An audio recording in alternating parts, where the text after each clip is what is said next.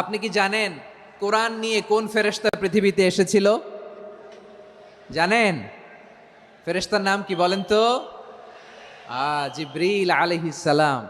একটু খেয়াল করে শুনেন, কান দুটো খরগোশের কানের মতো খাড়া করে আমার দিকে তাকান। সাইয়েদনা জিবরিল কোরআন নিয়ে এসেছেন, ফলে উনি হয়েছেন শ্রেষ্ঠ ফেরেশতা। বিশ্ব নবীর উপর কোরআন নাজিল হয়েছে, তাই তিনি হয়েছেন শ্রেষ্ঠ নবী। রমাদানে কোরআন নাজিল হয়েছে, তাই রমাদান হয়েছে শ্রেষ্ঠ মাস। কদরের রাতে কোরআন নাজিল হয়েছে, তাই কদর হয়েছে শ্রেষ্ঠ রাত। আমরাও যদি কোরআনের সাথে সম্পর্ক বাড়াই, আমাদের মর্যাদাও এরকম, আমাদেরকেও শ্রেষ্ঠ মানুষ বানায় দিবে কে? এজন্য কোরআনের সাথে সম্পর্ক বাড়াইতে রাজি আছেন তো? যারাই কোরআনের সাথে সম্পর্ক বাড়ায়, এদের মর্যাদা বাড়ায় দেয় কে? দেখবেন আমাদের হাফেজে কোরআন, তারা ইন্টারন্যাশনাল কোরআন কম্পিটিশনে যে গোটা বিশ্বকে পেছনে ফেলে প্রথম পুরস্কার নিয়ে আসে।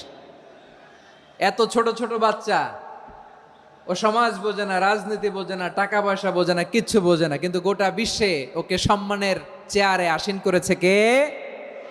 এই কোরআনের সাথে লাগলে আল্লাহ তাআলা সম্মান বাড়িয়ে দেয়। আমার প্রিয় ভাইয়েরা, আসুন আমরা আলোচনার শুরুতেই শপথ নেই যে আসন্ন রমাদানে আমরা কোরআনের সাথে নিজেদের সম্পর্ককে মজবুত করব ইনশাআল্লাহ।